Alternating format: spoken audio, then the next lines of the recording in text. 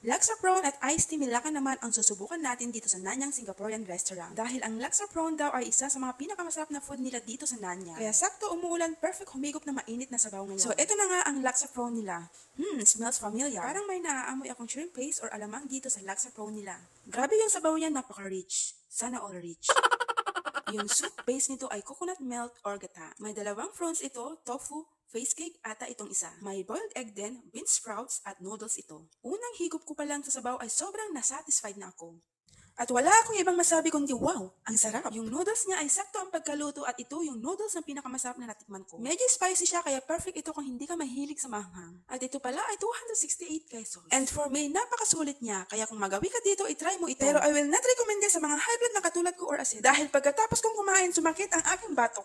Bagamat 2 piraso lang yung prawns niya kaya akala ko ay okay lang sa akin ito. Yun pala yung mga ulo ng prawns ay ito yung ginagawa nilang broth. Kaya high blood din ka talaga. Sarap.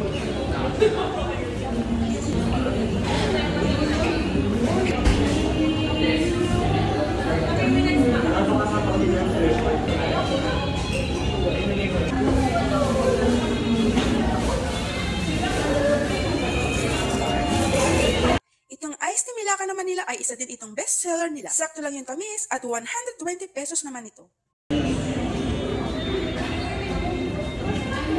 Yun lang. Happy time everyone!